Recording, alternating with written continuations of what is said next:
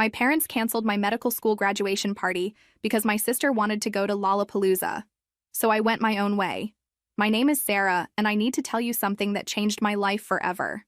It happened on what should have been the most triumphant moment of my 22 years, the day I got accepted to Harvard Medical School. I'd been dreaming of becoming a doctor since I was 10 years old, when my grandmother died in a hospital where the staff seemed overwhelmed and understaffed. I promised myself I'd become the kind of doctor who would never let someone feel alone and scared in their final moments.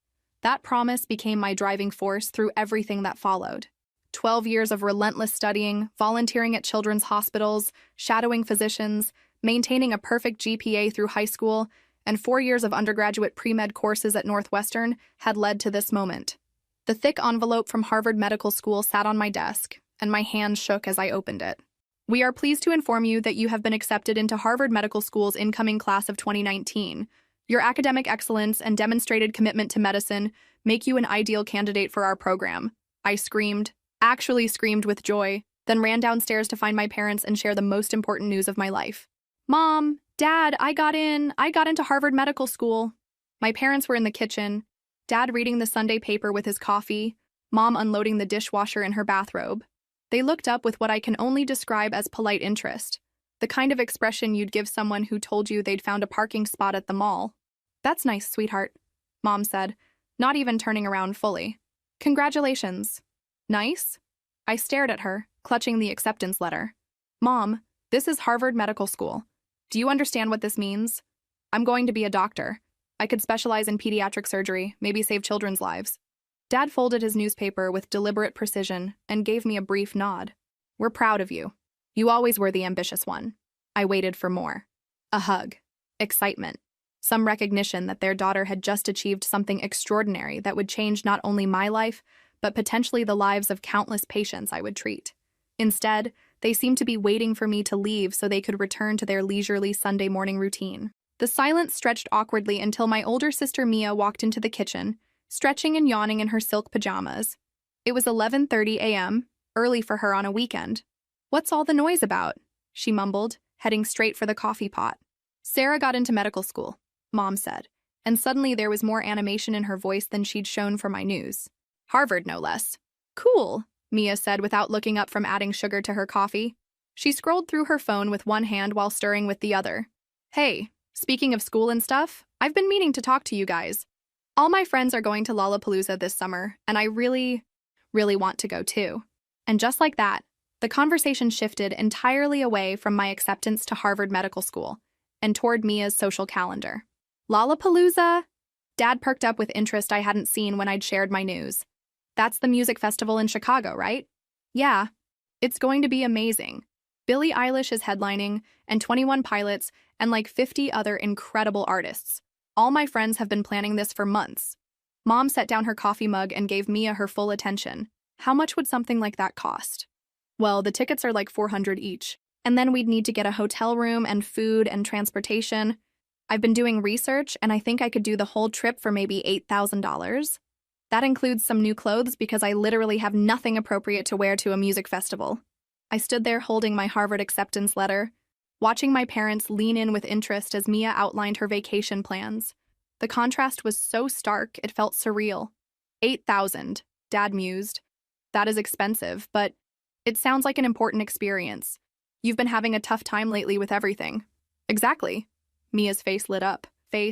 I've been so stressed about figuring out what I want to do with my life, and all my friends are moving forward with their plans, and I just feel so left behind. This could be exactly what I need to clear my head and get some perspective. I cleared my throat. Actually, speaking of plans and expenses, and I need to talk to you guys about Harvard costs. 3 faces turned toward me with varying degrees of annoyance at the interruption. I've been researching everything I need for Harvard, I continued, trying to match their energy for Mia's festival plans. The first year alone will cost $65,000. Tuition, housing, books, living expenses, medical equipment, lab fees. I'll need about $25,000 upfront just to get started and secure housing. The mood in the kitchen shifted immediately. Dad's interested expression faded, and Mom started wiping down counters that were already clean. $25,000? Dad's voice was flat. That's a tremendous amount of money, Sarah. I know it sounds like a lot, but this is Harvard Medical School. It's an investment in my future. I'll be able to pay you back once I'm established as a physician. Doctors make excellent salaries, and I'll never forget that you made this possible for me." Mom and Dad exchanged one of their wordless looks, the kind married couples develop over decades together. I'd seen this look before, usually when I asked for things like new school clothes or money for extracurricular activities. "We'll have to think about it," Mom said, her voice carefully neutral. "Money's been tight with your father's reduced hours at the plant." "I understand completely," I said quickly, not wanting to seem pushy or ungrateful. "I don't need it all at once. Maybe you could help with the housing deposit now. That's the most urgent part. And then we could work out monthly payments for living expenses." I'm also applying for additional scholarships and looking into work-study programs. "We said we'll think about it." Dad's voice carried a note of finality that I recognized. It meant the conversation was over, whether I was satisfied with the outcome or not. Mia, who had been scrolling through her phone during this exchange, looked up with excitement. "Oh my God, you guys, look at this!" Taylor posted photos from last year's Lollapalooza, and it looks absolutely incredible. "Look at these outfits." She shoved her phone toward our parents, who immediately crowded around to look at the pictures. For the next 20 minutes, they discussed music festival fashion, which artists Mia was most excited to see, and whether she should get a hotel room or try to stay with friends. I eventually excused myself and went to my room, still holding my Harvard acceptance letter. Over the next week, I threw myself into researching every possible way to fund my medical school education. I applied for additional scholarships, looked into private student loans, and calculated exactly how many hours I'd need to work at my part-time job at the local clinic to save the money myself. The math was daunting. Even working full-time over the summer, I could maybe save $4,000 or $5,000. The remaining $20,000 would have to come from loans with interest rates that would leave me drowning in debt for decades. Meanwhile, Mia's Lollapalooza plans dominated every family conversation. She researched hotels, created Pinterest boards of festival outfits, and made detailed schedules of which artists she wanted to see on which stages. My parents were completely invested in her planning process, offering suggestions and showing genuine excitement for her upcoming adventure. "You know what?" Mom said during dinner one evening. "We should make this a real celebration for Mia. Maybe get her some new festival clothes, a good camera to document everything, maybe even upgrade her hotel situation." "That's such a sweet idea," Mia gushed. "I've been looking at this amazing boutique hotel that's walking distance from Grant Park. It's more expensive than the hostels, but it would make the whole experience so much more comfortable." I pushed food around my plate, listening to them plan what was essentially a luxury vacation for my sister, while my own future hung in limbo. That Friday evening, a week and a half after my acceptance letter had arrived, my parents called me into the living room. They sat together on the couch, wearing the serious expressions that usually preceded discussions about grades or household rules. "Sarah, we've been talking about your Harvard situation," Dad began, his tone formal and uncomfortable. My heart started racing. This was it. They'd figured out the finances, maybe talked to the bank about a loan, or decided to dip into their savings account. They were going to help me pursue my dreams. "We've given it a lot of thought, and we've decided we can't afford to help you with medical school right now," Mom continued, delivering the words like she was ripping off a bandage. $25,000 is just too much for us to manage with everything else going on." I felt like someone had punched me in the stomach. The room seemed to tilt, and I had to grip the arm of my chair to steady myself. "But this is my future," I managed to say. "This is everything I've worked for my entire life." "We know, and we're genuinely sorry," Dad said, though his voice lacked any real emotion. "But maybe you could defer for a year? Take a gap year? Work full-time? Save up some money? Harvard will still be there next year." "Dad, medical school doesn't work like that. If I defer my acceptance, there's no guarantee they'll hold my spot for next year's class. The admissions process is incredibly competitive. Thousands of qualified applicants get rejected every year.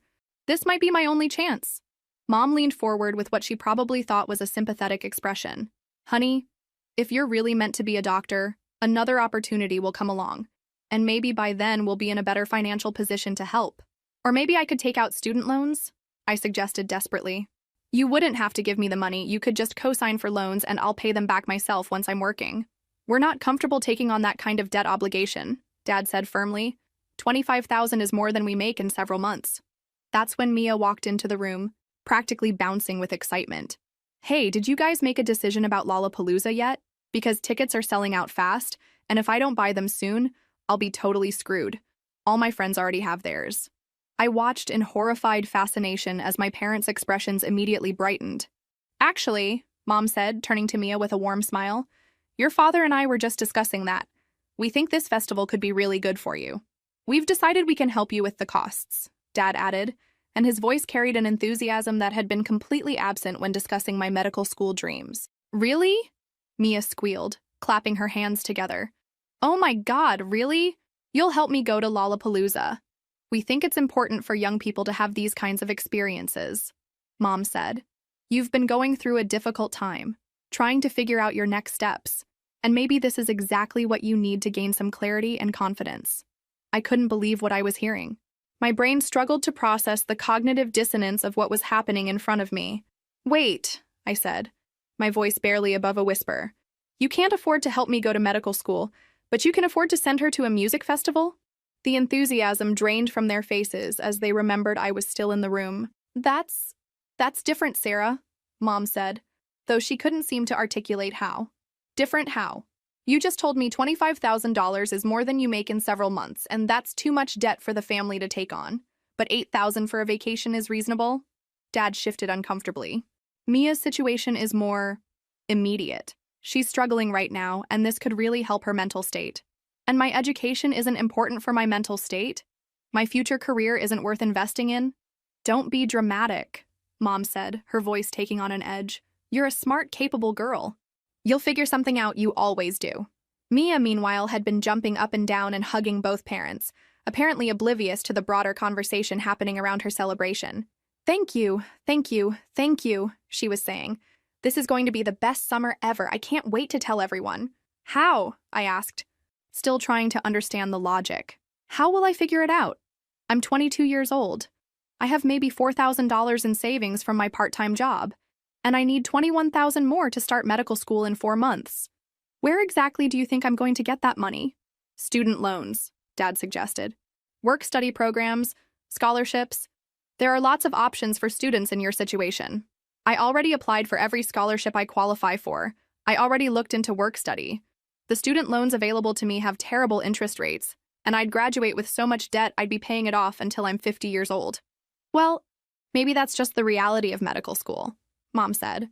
Most doctors have student loan debt. It's part of the profession. I stared at her. So your solution is for me to go into crushing debt because you'd rather spend money on Mia's vacation than invest in my education? We're not spending money on Mia's vacation, Dad corrected. We're supporting our daughter through a difficult transition period in her life. And what about my transition period? I'm starting medical school. I'm beginning the journey to become a doctor, to save lives, to make a meaningful contribution to society. Doesn't that deserve support too? The room fell silent except for Mia, who was still on her phone, probably already posting about Lollapalooza on social media. You don't understand, Sarah, Mom finally said. Mia needs this more than you need our help with school. You're strong and independent. You'll find a way because that's who you are. But Mia needs our support right now. I felt something break inside me. Something that had been cracking for years but finally shattered completely in that moment. I need support too, I said quietly. I've always needed support. But because I didn't scream and cry and make demands the way Mia does, you assumed I didn't need anything from you. That's not true, Dad protested. But his voice lacked conviction. It is true. When I made honor roll every semester, you said, that's nice, and went back to whatever you were doing. When Mia passed a single class, you took her out to dinner to celebrate. When I won the science fair, you couldn't make it to the awards ceremony because you were helping Mia with some crisis. When I got perfect SAT scores, you mentioned it once and then forgot about it. I stood up, suddenly feeling exhausted. I'm going to become a doctor, I said with more confidence than I felt, with or without your help.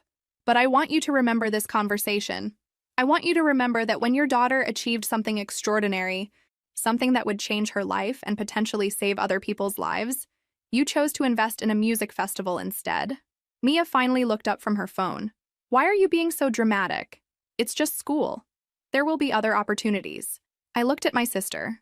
Really looked at her. She was 22 years old, living at home, working part-time at a retail job when she felt like it, spending her days shopping and hanging out with friends. She had never shown interest in any particular career, never pursued any meaningful goals, never demonstrated any real ambition beyond her next social event. And my parents thought her entertainment was more important than my life's calling. You're right, Mia, I said finally. This is just school. Just like everything else I've ever cared about is just something. Just honor roll, just perfect attendance, just volunteering at the children's hospital, just getting into Harvard Medical School. All of it is just whatever, right? I headed toward the stairs, then turned back for one final observation. I hope you have an amazing time at Lollapalooza. I really do. I hope it's everything you dreamed it would be. And I hope you remember it forever. Because it cost more than my parents were willing to invest in my future. That night, I sat in my room with my laptop, crying as I researched private student loans and tried to figure out how to make my dreams happen without any family support. The interest rates were crushing, and even with the best-case scenario, I'd graduate with over $100,000 in debt. But as I worked through the financial calculations, something else was happening.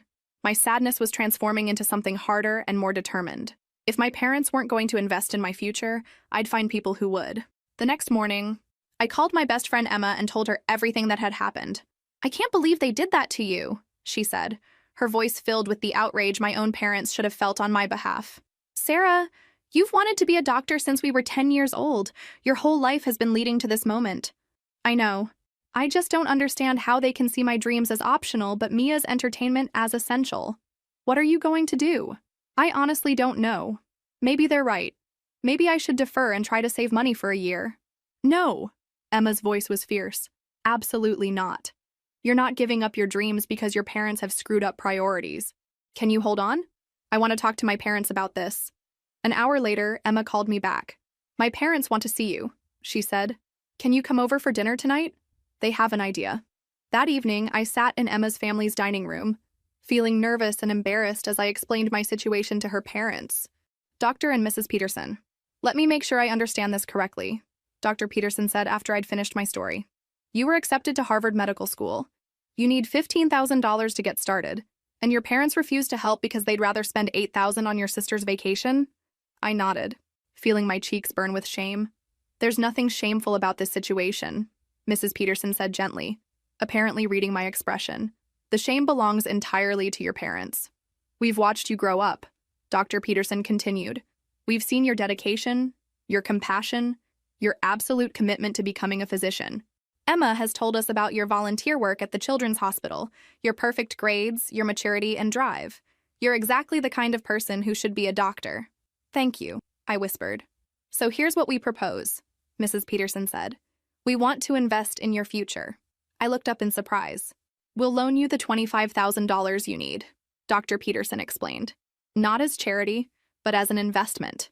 We'll set up a formal loan agreement with reasonable interest rates. Much better than anything you'd get from a bank. You can pay us back once you're established in your career. I started crying. I can't ask you to do that. You're not asking, Mrs. Peterson smiled. We're offering. We believe in you, and we want to be part of helping you achieve something extraordinary. But why? Why would you invest in me when my own parents won't? Dr. Peterson and his wife exchanged a look. Because we recognize potential when we see it, he said. Because we understand that helping young people pursue their dreams is one of the most important things adults can do.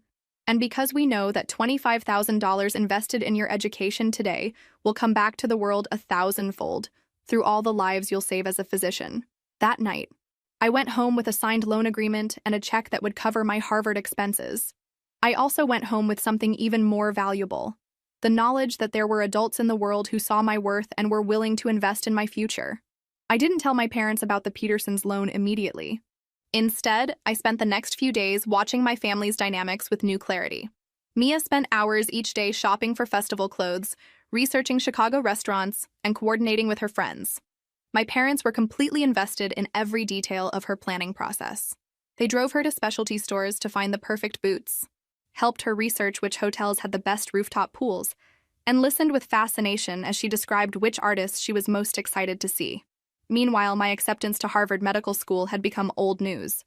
When relatives called to congratulate me, my parents would say things like, "Yes, Sarah got into some medical school," with no enthusiasm or pride in their voices. The contrast was so stark it would have been comical if it weren't so painful. A week later, I was having dinner with my family when I decided to share my news. "I have an update about Harvard," I announced, setting down my fork. My parents looked up with mild interest. "I've secured the funding I need for medical school," I said. "I'll be starting in the fall as planned." Dad's eyebrows went up. "Really? You got additional scholarship money? No. Emma's family loaned me the money I need. The temperature in the room seemed to drop 10 degrees. You went behind our backs and borrowed money from neighbors? Mom's voice was sharp with disapproval. I went to people who believed in my future when my own family didn't. That's not fair, Sarah, Dad said. We explained our financial situation. You explained that you couldn't afford to invest $25,000 in my medical education, but you could afford to spend $8,000 on Mia's entertainment. I understood your priorities perfectly. Mia looked up from her phone, where she'd been scrolling through Instagram during dinner. Why are you making such a big deal about this? She asked. It's just money, and it's just school. There are lots of doctors in the world already. I stared at my sister, marveling at her complete inability to understand what medical school meant to me, or why her parents' choice might have been hurtful. You're right, I said finally. It is just money, and you're about to spend $8,000 of it on a weekend of partying while I work 3 jobs during medical school to pay back the loan that should have been unnecessary. Don't be so dramatic, Mom sighed. The Petersons are wealthy. $15,000 is nothing to them. It's not about their wealth, I said. It's about their values. They saw potential in me and chose to invest in it. You saw the same potential and chose to ignore it. I stood up from the table, suddenly having no appetite for dinner or family conversation. I want you all to remember this, I said, looking around the table at each of them. When I'm a doctor, when I'm saving lives, when I'm making a difference in the world, remember that it happened without your support. Remember that you had the chance to be part of something meaningful, and you chose festival tickets instead. The next morning, I started packing for Harvard. I had 3 months to get ready, and I was determined to make the most of my opportunity. Emma came over to help me sort through my belongings, deciding what to take to Boston and what to leave behind. Are you nervous? She asked as we folded clothes. Terrified, I admitted, but also excited. This is everything I've dreamed of. Your parents are idiots, she said matter-of-factly. I hope you know that. I'm starting to realize it. Over the next few weeks, as I prepared for the biggest transition of my life, my parents seemed more focused on Mia's festival preparations than my departure for medical school. They spent hours helping her choose outfits, researching Chicago attractions, and planning her travel itinerary. Meanwhile, I was left to navigate college preparation on my own, finding housing, registering for classes, buying textbooks, arranging transportation to Boston. When I asked for help with practical matters like setting up a bank account near campus or figuring out health insurance, they seemed annoyed by the interruption to their Lollapalooza planning sessions. The night before I left for Harvard, I packed my car with everything I owned. My parents were in the living room with Mia, looking at photos of previous year's festivals on her laptop. I'm leaving early tomorrow morning, I announced from the doorway. Drive safely, Mom said without looking up from the computer screen. Call when you get there, Dad added absently. That was it. No emotional goodbye, no words of encouragement, no acknowledgement that their youngest daughter was leaving home to pursue her dreams. They were too busy helping Mia plan her vacation to properly send me off to medical school. The next morning, I loaded the last of my belongings into my car as the sun came up. My parents were still asleep, and Mia was probably still scrolling through social media on her phone. Just as I was about to drive away, Emma and her parents appeared in their pajamas and robes. We couldn't let you leave without a proper goodbye, Mrs. Peterson said, hugging me tightly. Make us proud, Dr. Peterson added, though I know you will. Emma handed me a care package filled with homemade cookies, tea bags, and a photo of us from graduation. Text me every day, she said. I want to hear about everything.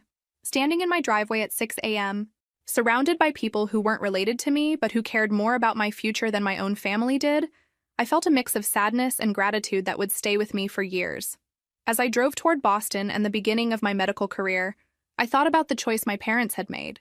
They'd chosen to invest in temporary happiness over permanent achievement, in entertainment over education, in my sister's immediate gratification over my lifelong dreams.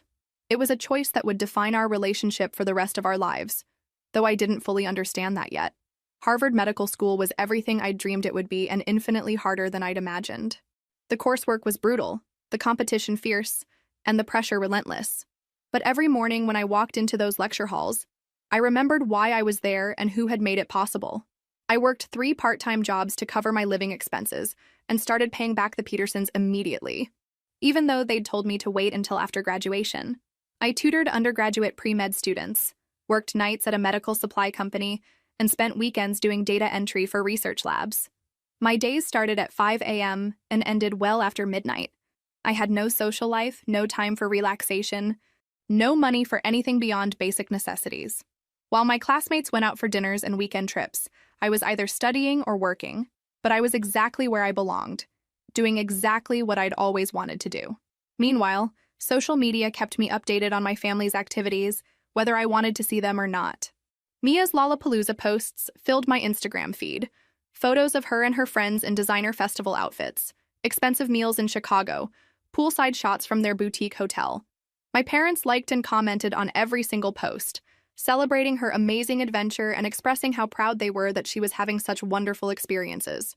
I don't think they ever liked or commented on any of the study abroad posts Emma shared, or the photos of me in my medical school scrubs during clinical rotations, or the pictures from my volunteer work at Boston Children's Hospital.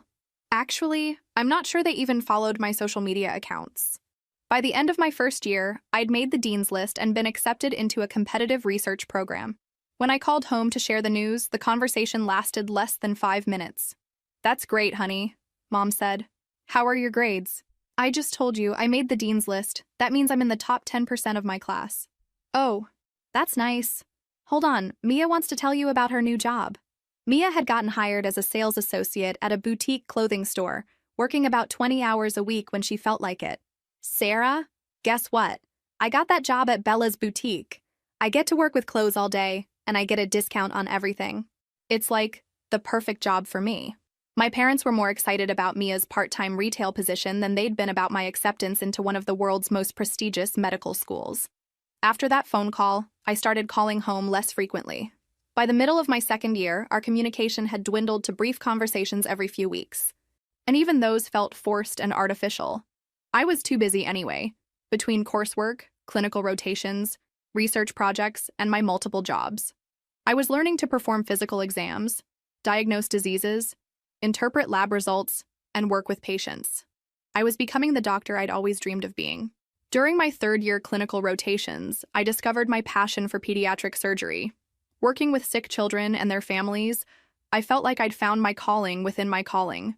These tiny patients, fighting for their lives with such courage and resilience, reminded me every day why I'd wanted to become a doctor. I was particularly drawn to cardiac surgery, the intricate work of repairing children's hearts, giving them the chance at normal, healthy lives. It was challenging, demanding work that required absolute precision and years of additional training, but I knew it was my path. By my fourth year, I was being recruited by top residency programs across the country. My research had been published in respected medical journals, my clinical evaluations were outstanding, and my professors were writing glowing recommendation letters. When I matched into a surgical residency at Northwestern Memorial Hospital in Chicago, one of the most competitive programs in the country, I called home to share the news. "Chicago," Mom said. "That's nice. You'll be close to home again." "This is a huge accomplishment," I tried to explain. "Northwestern has one of the best surgery programs in the world. Matching there is incredibly competitive." "That's wonderful, dear. Your father and I are proud of you." But their voices lacked any real enthusiasm or understanding of what I'd achieved. Meanwhile, Mia had gotten engaged to her boyfriend of 6 months, a guy she'd met at a bar who worked construction when he could find jobs. My parents were over the moon about the engagement, already planning an elaborate wedding and talking about grandchildren. The contrast in their reactions told me everything I needed to know about their values and priorities. Medical school graduation came and went with little fanfare from my family. My parents attended the ceremony but seemed more interested in when it would be over so they could get back home. Emma and her parents flew in from our hometown, bringing flowers and taking dozens of photos. They treated my graduation like the major life milestone it was. After the ceremony, we all went to dinner at a nice restaurant near campus. "We're so proud of you," Mrs. Peterson said, raising her wine glass in a toast. "Dr. Sarah Williams has a nice ring to it." My parents smiled politely but didn't seem to fully grasp what I'd accomplished or what lay ahead. "So what's next?" Dad asked. "More school?" "Residency," I explained. 5 years of surgical training in Chicago, then potentially a fellowship in pediatric cardiac surgery. "More training?" Mom sighed. "When do you actually start working as a real doctor?" I tried not to let their lack of understanding hurt me, but it did. They saw my medical career as an endless series of educational hoops to jump through rather than the systematic progression toward expertise that would allow me to save lives. Surgical residency was the most demanding experience of my life.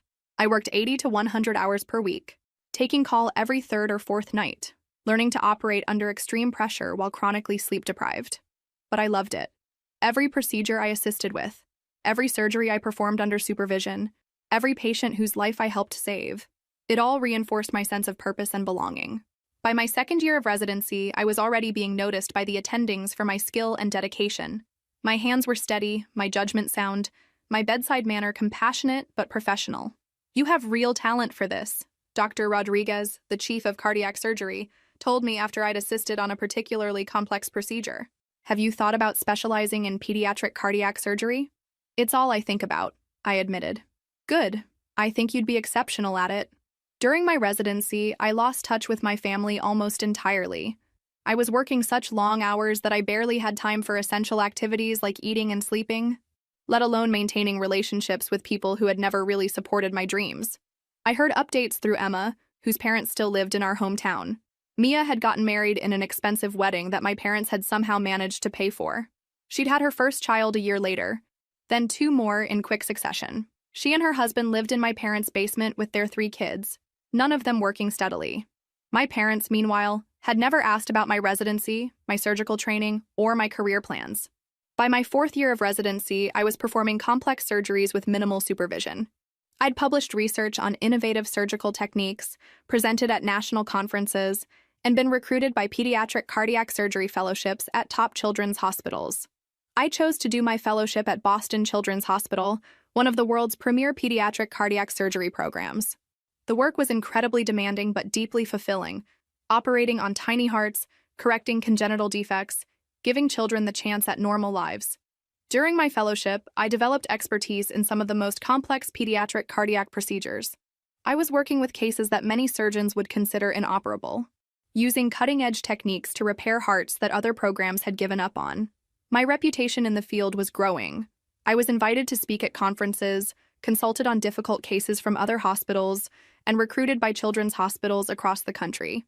When I finished my fellowship and was offered a position as an attending pediatric cardiac surgeon at Chicago Children's Hospital, I was 35 years old and finally ready to practice independently as the kind of doctor I'd dreamed of becoming. The salary was more money than I'd ever imagined making, enough to pay off my student loans within a few years, buy a beautiful condo overlooking Lake Michigan, and finally live comfortably while doing work I was passionate about. For the first time since leaving for college, I wasn't working multiple jobs, wasn't stressed about money, wasn't exhausted from trying to balance impossible demands. I was exactly where I belonged, doing exactly what I was meant to do. I saved my first life as an attending surgeon on a Tuesday morning in September. A 3-year-old girl named Emma, the same name as my best friend, came in with a complex congenital heart defect that required a 12-hour surgery to repair. When I finally emerged from the operating room and told her parents that their daughter would live a normal, healthy life, they broke down crying with relief and gratitude. Standing in that hospital hallway, still in my surgical scrubs, watching these parents hold each other and thank me for saving their child's life, I thought about the journey that had brought me to this moment. Every sleepless night in medical school, every exhausting shift during residency, every sacrifice I'd made, it had all led to this. I was exactly where I belonged, doing exactly what I was meant to do. For 2 years, I threw myself completely into my work. I performed increasingly complex surgeries, built a reputation as one of the most skilled pediatric cardiac surgeons in the Midwest, and started developing innovative techniques that were being adopted by other programs. I bought a beautiful condo in downtown Chicago with floor-to-ceiling windows overlooking Lake Michigan. I furnished it carefully, choosing pieces that reflected the life I'd built for myself. Sophisticated, comfortable, earned through my own hard work. My relationship with Emma and her parents had remained strong throughout medical school and residency. They visited me in Chicago, celebrated my achievements, and had become the closest thing to family I had. Dr. and Mrs. Peterson had been repaid in full for their investment in my education, but they continued to be proud supporters of my career. "We always knew you'd be extraordinary," Mrs. Peterson told me during one of their visits. "But seeing what you've accomplished, the lives you're saving, it's beyond what we ever imagined." Meanwhile, I had no contact with my biological family. I'd heard through small-town gossip that my parents were struggling financially, that Dad had been laid off from the plant, that Mom was working multiple part-time jobs to make ends meet. Mia and her husband were still living in their basement with their 3 children, now in their early teens, none of the adults in the household maintaining steady employment. I felt sad about their situation, but not guilty. They'd made their choices, just as I'd made mine. It was during my third year as an attending, when I was 38 years old and at the peak of my career, that my past caught up with me in the most unexpected way. I was finishing up a consultation in the cardiac ICU when one of our administrative staff approached me. "Dr. Williams, there are some people here who say they're your family. They don't have an appointment, but they're asking to see you. They say it's urgent." My heart started racing. I hadn't heard from my parents or sister in over 5 years. "What kind of urgent?" I asked. They mentioned something about medical bills and needing help. Should I have security escort them out? I should have said yes. Should have had them removed from the hospital and continued with my day. But curiosity got the better of me. "Put them in conference room B," I said. "I'll be there in 10 minutes. I finished my consultation and walked slowly toward the conference room, trying to prepare myself for whatever I was about to encounter. Through the glass door, I could see 3 figures sitting at the table, my parents and Mia, all looking older and more worn than I remembered. Dad's hair had gone completely gray, and he moved slowly, clearly dealing with some kind of health issue. Mom looked exhausted, her face lined with stress and worry. Mia appeared to have aged more than the 5 years since I'd last seen her. She looked tired and overwhelmed, her once perfect appearance now showing the strain of raising 3 young children. I took a deep breath and opened the door. "Sarah," Mom said, standing up immediately. "Oh my God, look at you!" I remained standing near the door, still wearing my surgical scrubs and white coat. "What are you doing here?" "We've been trying to reach you," Dad said, his voice weaker than I remembered. "We hired someone to find your contact information, but you'd changed everything. Maybe there was a reason for that." Mom's eyes filled with tears. "Sweetheart, we need to talk to you. We need your help." "Help with what?" Dad cleared his throat uncomfortably. "I had a heart attack 6 months ago, a bad one. I needed emergency surgery and there have been complications. The medical bills are—" He paused, looking embarrassed. "They're destroying us. We're going to lose the house," Mom added quickly. "Everything we've worked for our entire lives. We thought maybe, since you're a doctor now, since you're doing so well, you thought I'd pay your medical bills. Your family, Sarah," Mia spoke up for the first time. "Family helps each other." I looked at my sister, really looked at her. She was 34 years old, still living with our parents, still depending on them for housing and support while raising 3 children with a husband who couldn't keep steady work. "Family helps each other," I repeated slowly. "That's interesting. We know we haven't been in touch lately," Mom continued, "but that doesn't change the fact that we're your family. We raised you, we loved you, we gave you everything we could." "Everything you could," I said, still standing by the door. "Let me ask you something. Do you remember why we stopped speaking?" They exchanged glances, the same wordless communication I remembered from my childhood. "There were some disagreements," Dad said vaguely. "But that's all in the past now." "Disagreements. Is that what we're calling it?" I moved closer to the table but didn't sit down. "Do you remember Harvard Medical School?" The room got very quiet. "Do you remember me getting accepted to one of the most prestigious medical programs in the world and asking for your help to make it possible?" Mom shifted uncomfortably. "Sarah, that was so long ago. 16 years ago. I needed $25,000 to start medical school.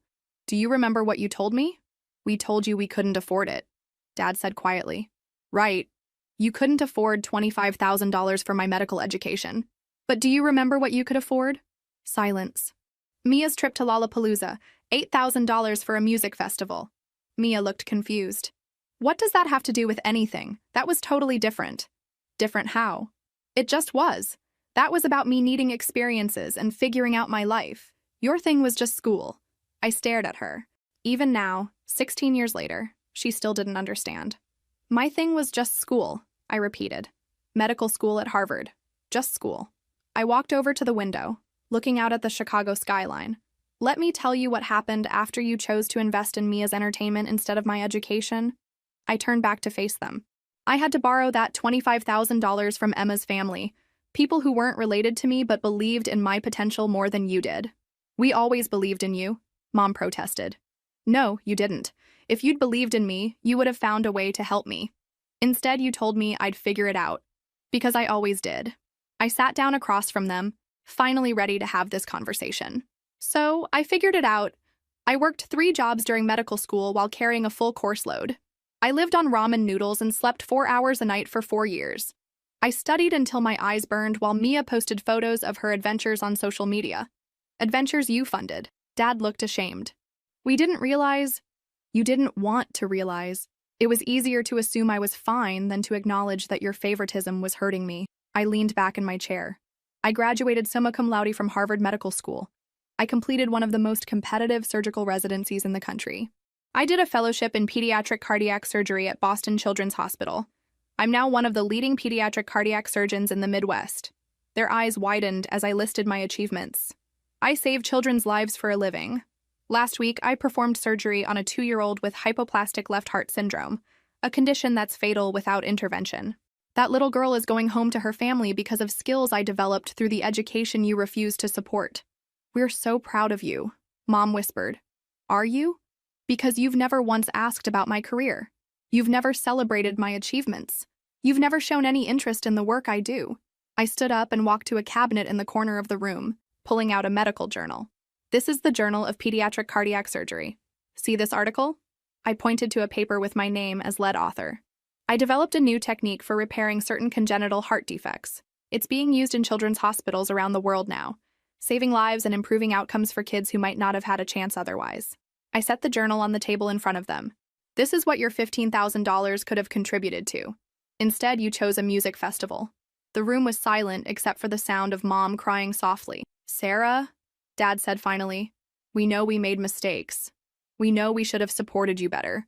But we're family. Doesn't that count for something? I thought about his question seriously. You know what I learned about family during medical school? I learned that family isn't just about biology. It's about choice. It's about showing up. It's about investing in each other's dreams and celebrating each other's successes. I pointed toward the door. Emma's parents became my family when they chose to invest in my future. My colleagues became my family when they mentored me and supported my career. My patients' families become part of my extended family when they trust me with their children's lives. But we're your real family, Mia said desperately. No, you're not. You're the people who gave birth to me and raised me. But you were never truly my family in the ways that matter. I sat back down, looking at each of them. Do you want to know what I make as a pediatric cardiac surgeon? They nodded eagerly. My annual salary is $450,000. Last year, I made an additional $100,000 from consulting and speaking engagements. Dad's eyes lit up, the same expression I'd seen when he talked about Mia's needs over the years. The $25,000 you refused to give me? I now make that much in 3 weeks. I let that sink in. The $8,000 you spent on Lollapalooza? That's what I spend on a weekend vacation. I leaned forward. Every month, I put away more money in savings than you make in a year.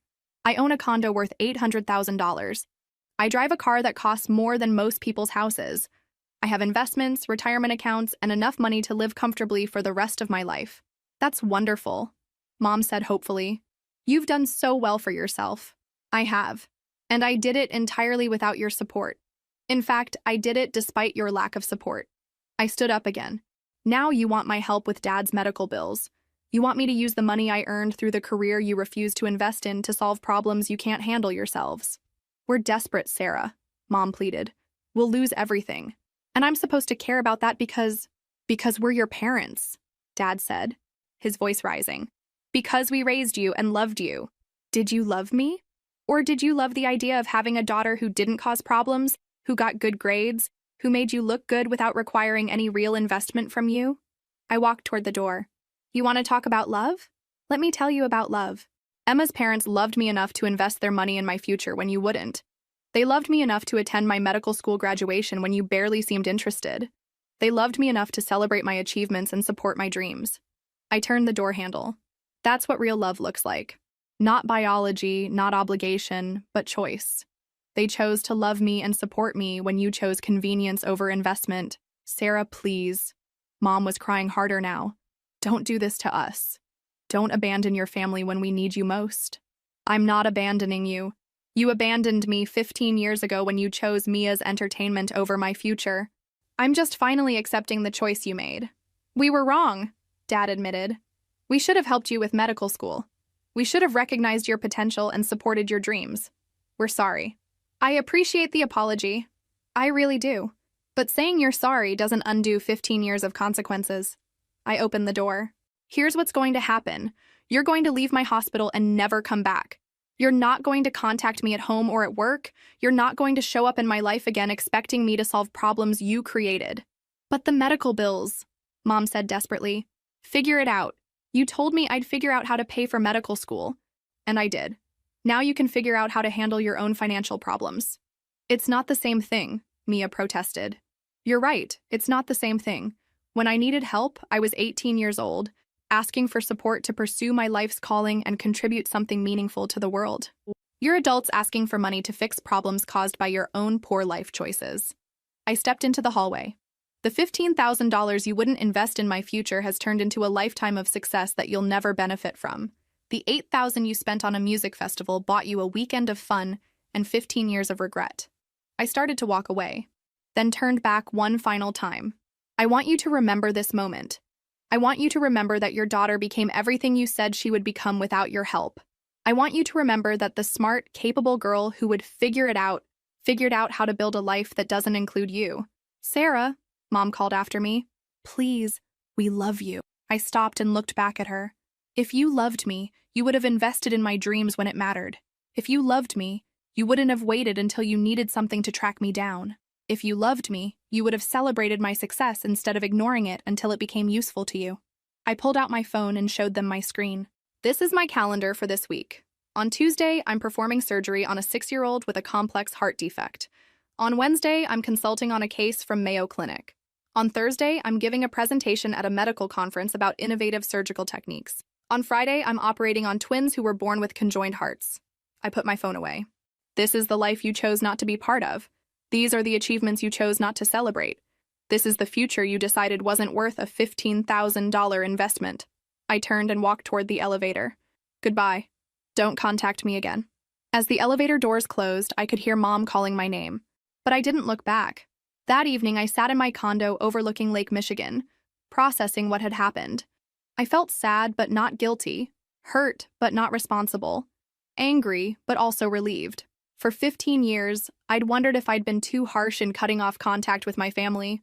I'd wondered if I should have tried harder to maintain relationships, if I'd been too unforgiving of their mistakes. But seeing them again, hearing them reduce my medical school acceptance to just school and my need for educational support to just money, confirmed everything I'd realized as an 18-year-old. They had never truly understood or valued who I was or what I was capable of becoming. They hadn't come to reconnect with me or celebrate my success. They'd come because they needed something, because their own poor choices had caught up with them, and they thought my success could solve their problems. The irony wasn't lost on me. They wanted help with medical bills from the daughter whose medical education they'd refused to support. I poured myself a glass of wine and looked out at the city lights reflecting on the lake. Tomorrow I would go back to work, back to saving lives and advancing medical knowledge. I would continue building the extraordinary life I'd created through my own determination and the support of people who had chosen to believe in me. My parents had made their choice 15 years ago, when they decided that Mia's temporary happiness was more important than my permanent future. Now they would have to live with the consequences of that choice, just as I had lived with the consequences of pursuing my dreams without their support. The difference was that my consequences had led to success, fulfillment, and the ability to make a meaningful difference in the world. Theirs had led to financial ruin and the desperate need to ask for help from the daughter they'd never truly invested in. As I sat there that night, I realized that the best revenge isn't causing someone else pain. It's living so well without them that their absence becomes irrelevant. It's becoming everything they said you could become, achieving everything they wouldn't help you reach, and finding happiness and success in places they never thought to look. I am Dr. Sarah Williams, one of the leading pediatric cardiac surgeons in the country. I save children's lives, advance medical knowledge, and make a difference in the world every single day. And I did it all without them.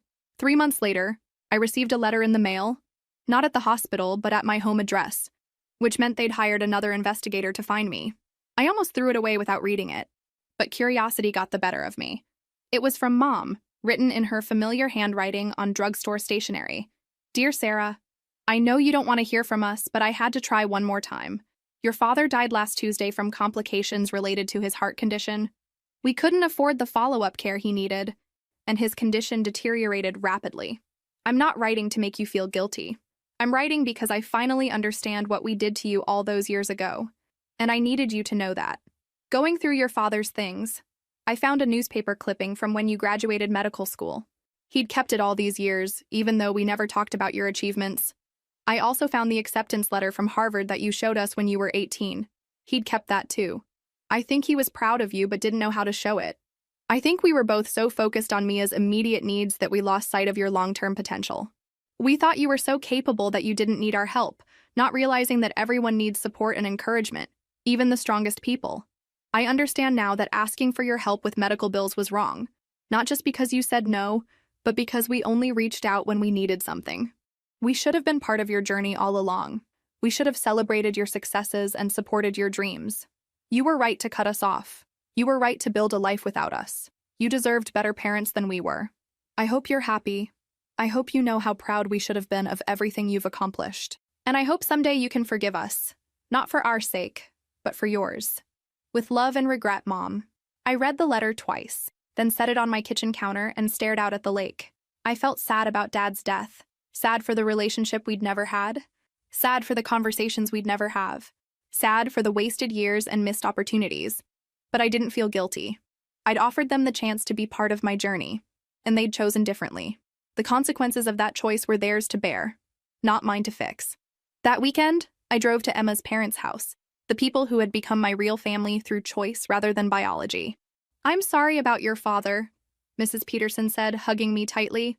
"How are you doing?" "I'm okay, sad but okay. Do you want to talk about it?" We sat in their kitchen, the same kitchen where they'd offered to loan me money for medical school 15 years earlier. And I told them about my parents' visit to the hospital, about the letter, about Dad's death. "Do you have any regrets?" Dr. Peterson asked gently. I thought about his question seriously. I regret that they never knew who I really was.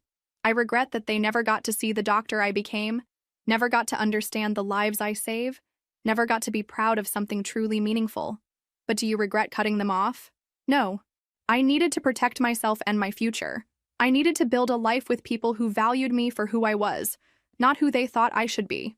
Mrs. Peterson squeezed my hand. "You made the right choice. It takes courage to walk away from toxic relationships, even when they're family. The hardest part," I admitted, "is that I always hoped they'd change. I hoped they'd realize what they'd lost and try to rebuild our relationship properly. Instead, they only came back when they needed something. That tells you everything you need to know about their priorities," Dr. Peterson said. He was right. Even facing financial ruin, even losing Dad to a medical condition that might have been treatable with better care, they'd approached me as a solution to their problems rather than as a daughter they'd wronged and wanted to reconnect with. That evening, I wrote Mom a brief response. "I'm sorry for your loss and for the circumstances surrounding Dad's death. I hope you and Mia are able to find stability and peace. I appreciate your letter and your acknowledgement of what happened between us. It means something to me that you finally understand why I made the choices I did. I wish things could have been different. But I've built a good life with people who value and support me. I hope you can find the same. Take care, Sarah." I mailed the letter the next day, then blocked their new contact information and took steps to ensure they couldn't find me again. A year later, I was featured on the cover of Chicago Medicine magazine as Surgeon of the Year. The article detailed my innovations in pediatric cardiac surgery, my research contributions, and my track record of successful outcomes on cases other surgeons had deemed inoperable. Emma's parents framed the magazine cover and hung it in their living room, next to my medical school diploma and photos from my various achievements over the years. "This is our wall of Sarah," Mrs. Peterson told visitors with obvious pride. "Our daughter who saves lives." Looking at that wall, I realized something important. Family isn't about biology or obligation. It's about choice, investment, and love demonstrated through actions rather than words. My biological parents had given me life, but Emma's parents had given me the tools to build a meaningful one. My colleagues had given me mentorship and opportunity. My patients' families had given me purpose and gratitude. These were my real family, the people who had chosen to be part of my journey, who had invested in my success, who had celebrated my achievements and supported me through challenges. The people who had seen my potential and believed in it, even when I was just an 18-year-old girl with big dreams and limited resources. I am Dr. Sarah Williams, and I save lives every day. But more than that, I am living proof that you can overcome any obstacle, achieve any dream, and build any life you envision for yourself, with or without the support of the people who are supposed to love you most. Sometimes the greatest gift your family can give you is teaching you that you don't need them to become everything you're meant to be. And sometimes the greatest revenge is simply living well without them, knowing that the investment they refuse to make has paid dividends they'll never see, created value they'll never benefit from, and built a legacy they'll never be part of. In the end, their choice to prioritize a music festival over my medical education didn't just cost them $15,000. It cost them a relationship with the daughter who became one of the most successful pediatric cardiac surgeons in the country. That might be the most expensive music festival ticket ever purchased. But it was their choice to buy it, and I've spent 15 years proving that it was my choice to make sure they'd never benefit from the investment they refused to make in me.